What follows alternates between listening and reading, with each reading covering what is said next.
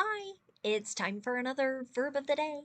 Today's verb is showcase, and this verb was suggested by the viewer Luis. Luis, thank you so much for this particular suggestion.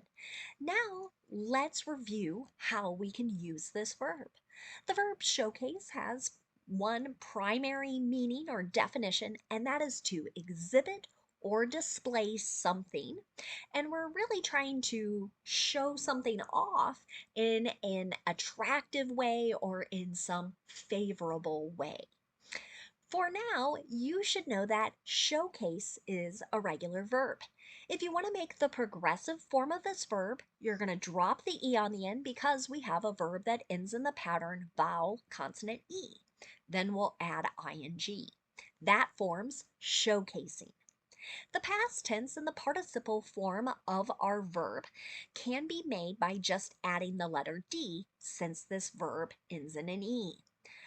Our base verb showcase ends in an unvoiced S sound. This means when I add an ed ending, I'm going to make a T sound, and I'm not adding an extra syllable to the verb when I pronounce it. So the past tense and the participle form of the verb should sound like this: showcased, showcased. Okay. Now, we don't have any phrasal verbs that we need to study or review, so we'll move on to a little verb tense review and practice. Today, we'll talk about the present perfect progressive and the simple future. Let's start with the present perfect progressive. Now, some students may know this as the present perfect continuous, and that's just fine. It means exactly the same thing. With this verb tense, our focus is on describing an action that started in the past, it continues into the present, and it may even continue into the future. Many times, the focus of this verb tense is how long the action has been ongoing. Now, the reason I like using present perfect progressive with my students is that you can see three-letter P's in the name of this verb tense, and that can help you remember that you're going to need three parts to make the verb. This is a verb tense where we need to notice our subject and pay attention to it.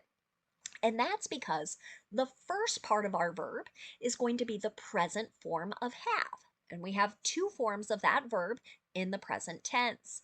So if your subject is I, you, we, or they, you're going to use have, then the participle been, B-E-E-N, and then the ing form the verb.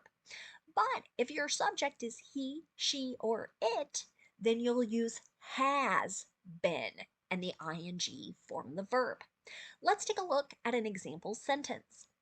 The organization has been showcasing its staff in various social media posts all month. So here, right, we're trying to display and sort of call attention to maybe these fantastic people that are working for this organization. They started doing it at the beginning of the month. It's continuing now and is likely to continue through the end of the month. That's what that sentence is describing. And this is a really good example.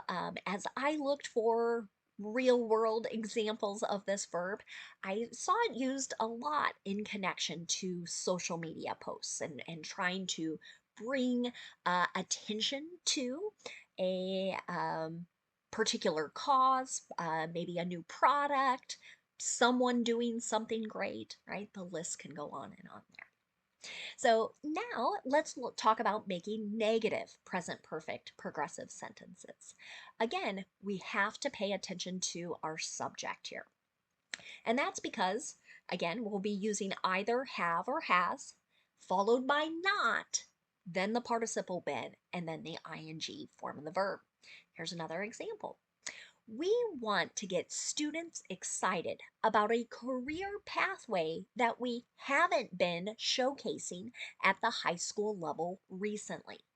So in this sentence, Kind of they're talking, I believe it was about some sort of technical fields related to meat packing, like kind of maybe leading to a career pathway as a butcher, and other jobs in that area. They were sort of saying we haven't been exhibiting this, making people aware of it. Now let's move on and look at making a yes or no question in the present perfect progressive. To do this, again, start with have or has, whichever form matches your subject. That subject comes next. Then you'll use the ing form the verb. Here's another example. Has the athlete been showcasing her best tennis this season? Here's another example of where I saw many writers using this particular verb, and it was in connection to sports and sort of performances, and particularly noting really strong ones or noting improvements, and that's what that question is really getting to. Now let's move on and talk about the simple future. Today we're going to focus on making sentences with be going to. This is most commonly used to discuss people's plans, but you may still see people using it to talk about offers and promises and predictions as well. When we make sentences with be going to, we're going to need to pay attention to our subject. And that's because we'll be using a present form of be. And we have three forms of be in our present tense. So if your subject is I, you want to use am going to and then the base verb. So no special endings on the verb here. But if your subject is you, we, or they, use are, A-R-E, going to, and then the base verb. And finally, if your subject is he, she, or it, use is going to, and then the base verb. Let's look at an example. The air show is going to showcase India's growing technological capabilities in the aerospace and defense sector. So this was, I believe, in some kind of press release announcing a show where we'd see kind of different planes, maybe see them doing different maneuvers in the sky. And I believe for this particular event, it it was really focused on aviation companies from India, right? And so here we're going to kind of have this public display of how great these companies are in what they are producing. Now let's look at making a sentence in the negative. Again, we have to pay attention to our subject. We want to use the form of be that fits with our subject. Then we'll use not going to and then the base verb. Here's another example.